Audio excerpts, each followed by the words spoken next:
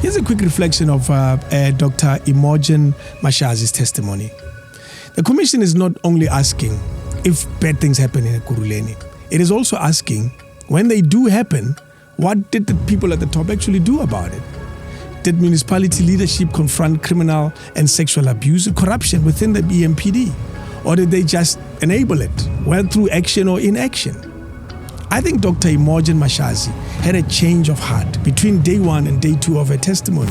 What is the purpose then of bringing the allegations reflected in 50.2 to this commission when you are fully appreciative of your own failings, but you do not disclose those failings at the time you make these allegations? It is until you are pushed almost on the second day of your testimony that you make the concession. Why is that? The importance is for me, as I indicated, to support my allegations that he indeed defeated the ends of justice and he was involved in 2 accidents where he was driving under the influence of alcohol. She probably went back to the hotel after day 1 and thought about and reflected. And she came back and told a completely different story. Well, we're going to break it down for you. Let me concede that I failed to discipline the chief of police and I failed to do an oversight on him as an HOD. All right, thank you. Thank you, Ms. Let me remind you a little bit why her testimony is so important. I think she is at the heart of the Madlanga Commission because it forces the country to confront how a powerful city manager could watch a toxic, abusive EMPD culture grow under her watch and then arrive at the commission laughing, deflecting, and only very late admit that she failed to act. Dr. MASHAZI's testimony shows us what happens when a powerful person, a person who's supposed to protect the public, protects the system instead. We are not. But it's more about what did you do about it, on the assumption that the allegations are true. What did you do about it? That's where we are. As a city manager, Dr. MASHAZI was the highest accounting officer in Ekurhuleni, the person with the final pen on discipline, budget, and the direction of the Metro Police. You at the time had a choice of 3 deputies to appoint from: Mr. Gwabe, Mr. Spies, and Mr. Mkhwanazi. You chose Mr. Mkhwanazi. For the record, that was the most junior of the 3. He, having been appointed to this controversial post sometime in December the previous year. So that made him the youngest of the 3 deputies in terms of service, period of service. Am I correct? Correct. Ma'am? Correct. Oh. And you say he was qualified. On what basis do you make the claim that he was qualified? Purely by virtue of occupying that position, or on any other basis? For the fact that he occupied the position of Deputy Chief of Police, he qualified. The doctor wasn't a small person in the story, but the main character. The chiefs of police reported into a structure she ultimately controlled. If there was criminality of any kind, whether it's abuse of power, rogue units, she had the power to stop it or pretend it wasn't happening and look away. Witnesses before told a bad picture, a dark image of a parallel structure inside the EMPD. Suspended acting chief Julius Mkhwanazi running his own show. Irregular MOUs, unvetted civilians attached to the unit. And allegations of extortion, kidnapping, illegal operations. And in the background, a leader who said he would die or take a bullet for her. That is how the 2 of them were tied together.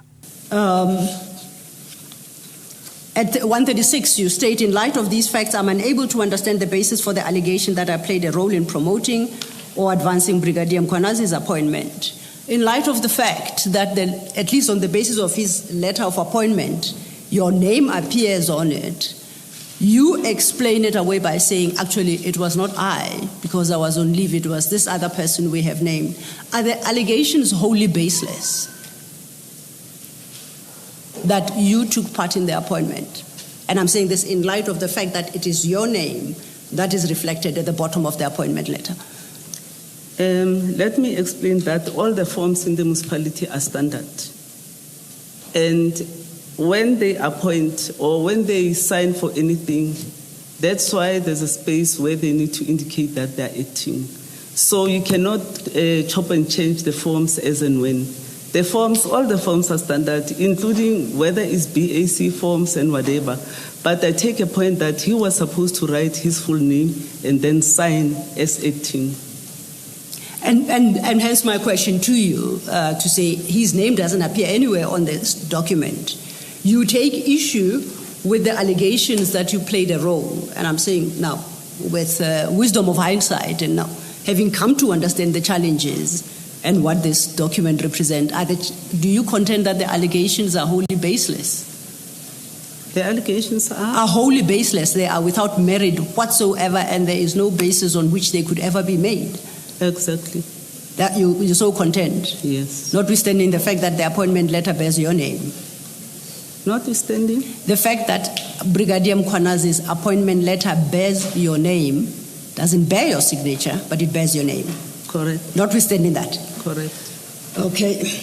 Now, you conclude your 136 by saying the documentary record makes it clear that the process was... Over and over again, her name appeared in earlier testimony. When a report recommended that Julius Mkwanazi be charged and disciplined, it went into a legal dark hole. When a parallel structure thrived inside EMPD, promotions and protections still flowed. So when she takes the stand, the commission is really interrogating the spine of the city's governance. I think her testimony was littered with self-defense and victimhood. She told the commission that she was pushed out, effectively forced to retire. She says she was treated unfairly by the mayor. She even complained that the commission itself prejudiced her and gave her legal team very little time to prepare. You say that you could not discipline him as his superior because there was no complaint. But you are aware of these allegations of motor vehicle destruction, drinking or driving under the influence of alcohol. You're aware of this video where these allegations are being made against him. Why did you not lodge a complaint as his superior, a written complaint against him? You know the facts. You know the facts. You know they are disciplinable facts, and they include destruction of council property, according to you. Why did you not lay a complaint in writing? In writing to? To the council. To the council. Unless you're telling us that he's not disciplinable because he's head of police and you are his manager. Unless you're telling us that, which is not what you've said. You've said the authority lies with council. You couldn't initiate without council approval. So these allegations must land before the council for the council to authorize, right, an investigation and disciplinary action. You say to us you couldn't, there was nothing, there was no written complaint, but only you could lay a complaint because you're his superior and you know these allegations against him. Why did you not lay a complaint? Correct, I did not lay the complaint. Remember, I've explained that that memorandum from the MMC did not reach my office. And this video, I just got it like last night because people could see that I'm struggling I don't have information, I don't have evidence. I just got it last night. That's why we submitted this morning to the commission. No, it can be. You were city manager in 2020 already. You were city manager. There's a very public protest, as we see in this video. Mm-hmm. So you know that there's allegations that he's destroyed company property. You know that. You know that there's allegations that he drove under the influence a motor vehicle of the council. So you know that in 2020 as city manager. So it's not video dependent. It is fact. What do you know in 2020? You've just confirmed. You were aware of this in 2020, of this conduct. Mm-hmm. My question is, why did you not lay a complaint? Because your answer is, I couldn't discipline him because there was no written complaint. But you're the city manager, he's superior. Why did you not lay a complaint? She said women came to her in pain, speaking of horrendous acts of being terrorized by their own chief, a man who fathered children with subordinates and turned them into his own sexual property. she told the commission she tried to create women empowerment programs, that she cared for women, and she lost a lot of sleep because of those stories. 2016. Yes. So in 2016, you hear that Chief Mapie is not only having improper sexual relationships with women police officers, but is even raping some of them and harassing others sexually, even using coercion on them. I assume that's coercion for purposes of having sex with them? Remember, if there's no formal complaint, how do you start investigating people? That's why I'm referring to the paragraph where I deal with specific sexual harassment, where there's a formal complaint. Are you suggesting that as a leader you get reports of such horrendous acts by the chief of police? You sit back and fold your arms instead of being proactive. You fold your arms and say, there are no complaints to me. Why can't you be proactive and do the best you can to get to the bottom of the reports that you have received, reports of such horrendous acts by the chief of police? Maybe it is a foresight from my side, but as an accounting officer, if there's no formal complaint, how do I remember in terms of our processes in council, I must have a formal complaint like I received that there is this thing happening. But what was your sense? Wasn't your sense that this was something systemic? Yes, it was something systemic. It's ongoing. It's ongoing. There are children out of improper sexual relations. There's coercion, meaning those that are not willing to have, even willing perhaps is not a good word in this context. So there's even coercion to have sexual relations with those that will not have sexual relations with him. There are rapes. You just fold your arms, sit and wait for complaints. Is that the way an accounting officer, a chief executive officer should act? Commissioner, as I indicated that I cannot just from hearsay that there are this thing. I had to wait because there are processes in council. You can't just say there is this general view about an individual, therefore I'm investigating this individual. I must have something in writing that this person has complained about 1, 2, 3. Then I must write a report to council and ask council to give me permission to investigate, to suspend and investigate an individual. I could not unilaterally hearing from them as a group saying there is this thing happening. But anyone who watched her on the 1st and 2nd December 2025 also saw something else. A lot of laughter, jokes at strange moments, a witness who often seemed relaxed when the room was completely tense, a tendency to disrupt and interrupt commissioners or answer questions that she was not asked at all. Ma'am, did you ask evidence from Neza when he said, I have extramural activities with Mkhwanazi? I'm asking you the question. You don't ask me questions. I ask you questions. So I have no comment. May I please speak? You are a witness. You have to allow me to speak and we'll give you the chance to answer.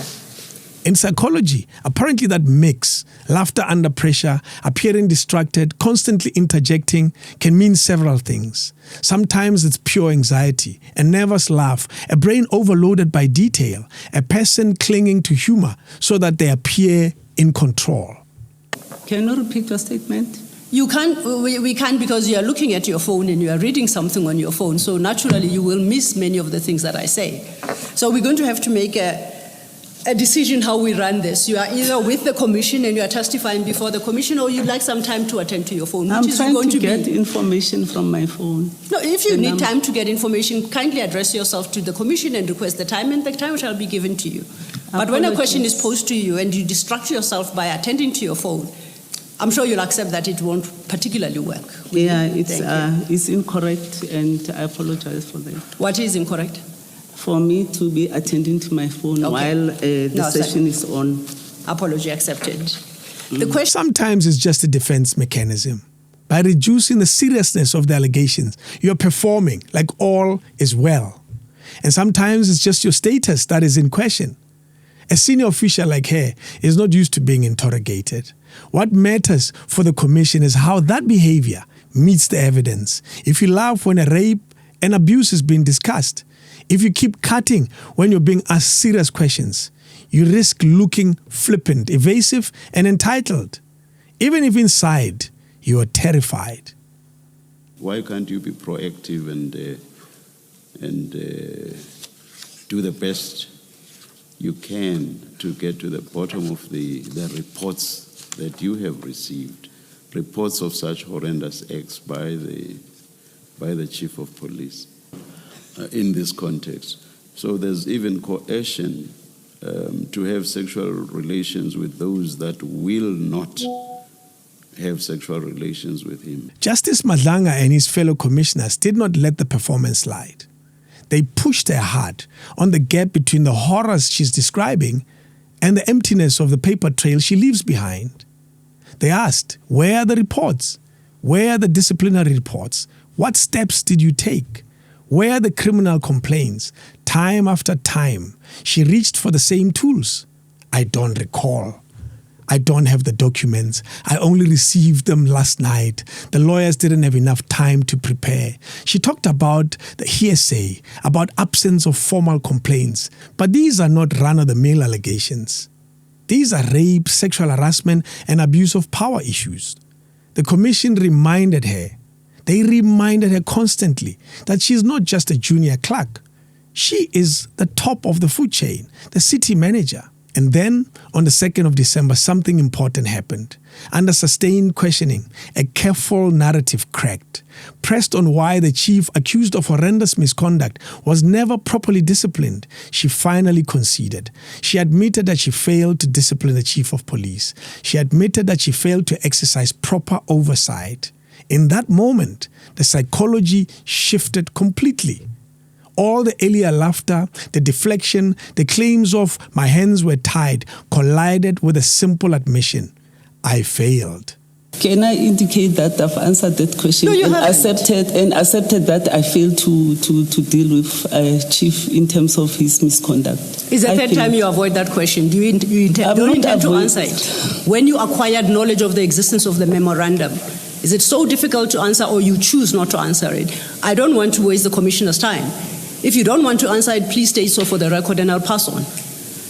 I'm saying I've answered that I have failed to action consequence management on the part of Chief in terms of this misconduct, and I have failed to do oversight on him. This was a powerful moment, not because it redeems her, but because it exposes the truth underneath the performance. That for years, a woman with power sat at the top of a broken police department and did not use that power to protect the vulnerable. And Who I did know you- that as who an did- accounting officer. Who did you get the reports from? It was female officers. Was it the affected women officers?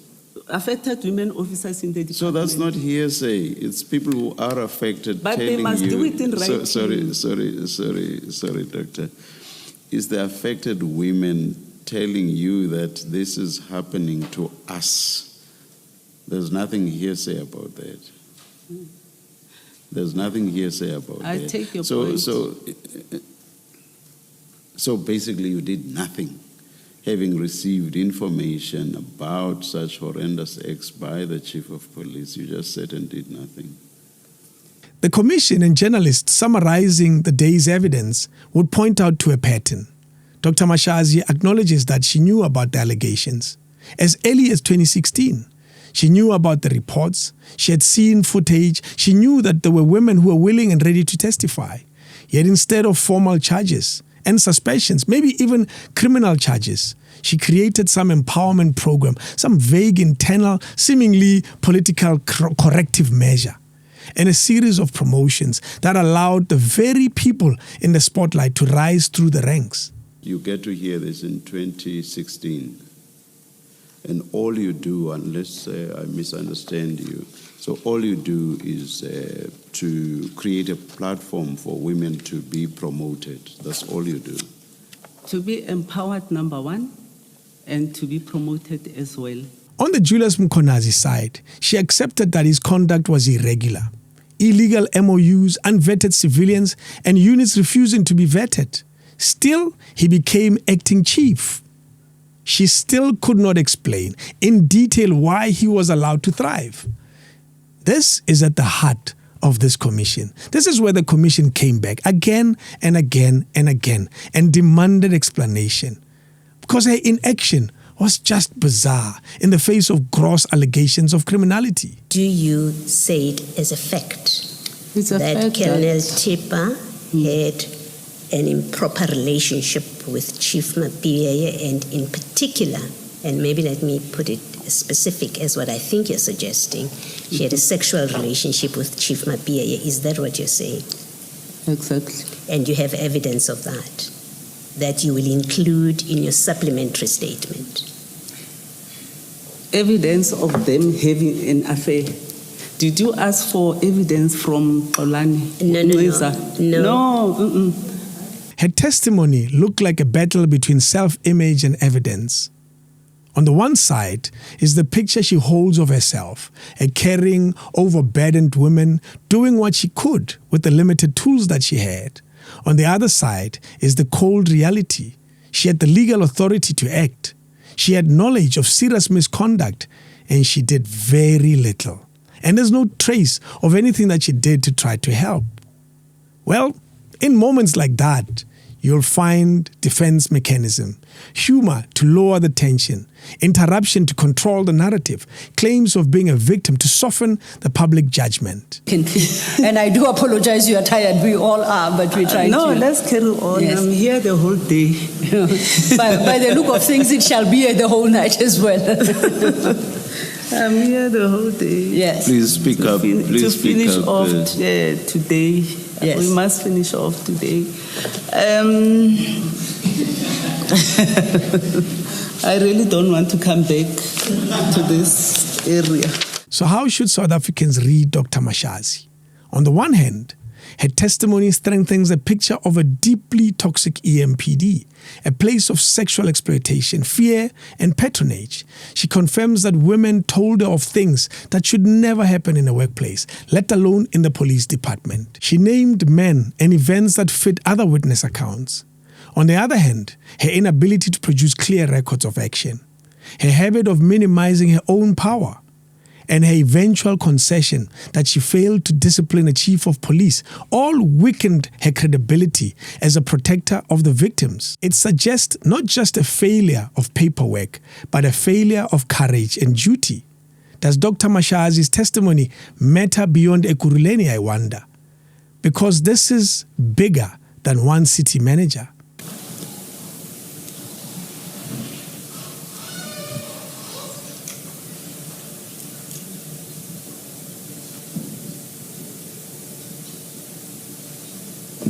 Let us adjourn and resume at 2:15.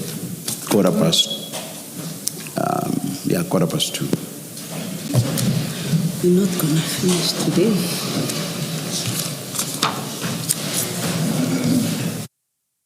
Her evidence connects the dots between municipality administration, Metro Police Command, and political interference. It shows how a city manager's choice or silence can allow a parallel power structure to grow inside law enforcement, one that serves political and criminal interests instead of residents. In the end, the story of Dr. Imogen MASHAZI at the Madlanga Commission, it's not just about the one woman on a witness stand. It's about how comfortable South Africans have become with leaders who say, I knew it, but I did nothing. It's about how much danger can be done when power chooses to protect relationships instead of people. As you watch her laugh, interrupt, and finally concede that she failed, ask yourself, how many other city managers, chief of police, directors, CEOs, DGs, DDGs are doing the same right now? Hearing stories of abuse, corruption, and choosing silence. If you recall. I'm sorry, I do not recall because there are so many requests. Yes, no, I appreciate that. And what does it cost women in uniform, the commuter on the dark street, when the person at the top decides to sit silently and fold their arms? Because commissions can expose the truth, but only a country that demands consequences can change things. King David Studio Podcast.